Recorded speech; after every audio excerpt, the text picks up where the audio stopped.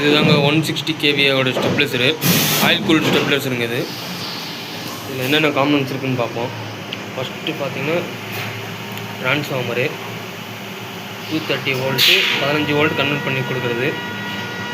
இதோட அவுட்புட் எடுத்து தான் நம்ம போர்டு கொடுப்போம். இந்த போர்டுக்கு வந்து நம்ம இன்புட்டாக கொடுக்குறது தான் இந்த 15 வோல்ட் ட்ரான்ஸ்ஃபார்மரு. போர்டு பார்த்திங்கன்னா இந்த போர்டு தாங்க நம்ம யூஸ் பண்ணிகிட்டு இருக்கோம். காம்பனன்ட்ஸ் பார்த்திங்கன்னா வேறு ட்ரையாக் போர்டு ஒன்று இருக்குது. இது வந்து மோட்ரு கண்ட்ரோல் பண்ணுறது.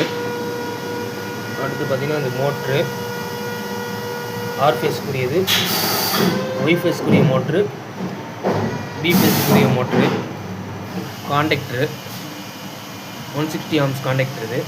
இது சேஞ்ச் ஓவர் சுவிட்சுங்க. இது எம்சிசிபி.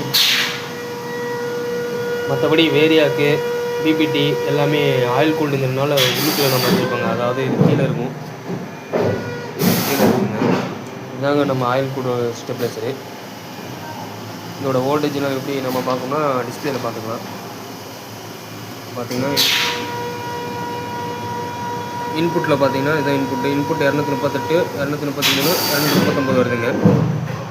அவுட்புட்டில் பார்த்தீங்கன்னா லோடு கொடுக்கும்போது குறையும். இப்போ பாருங்கள், லோடு கொடுப்பாங்க.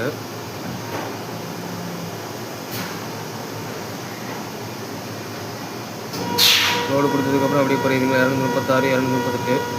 அவுட்புட் பார்த்தீங்கன்னா 230, 240 வரைக்கும், 240, 239 அந்த ரேஞ்சில் வரும் உங்களுக்கு. நாங்கள் ஆயில் கூல்டு ஸ்டெப்லைசரு.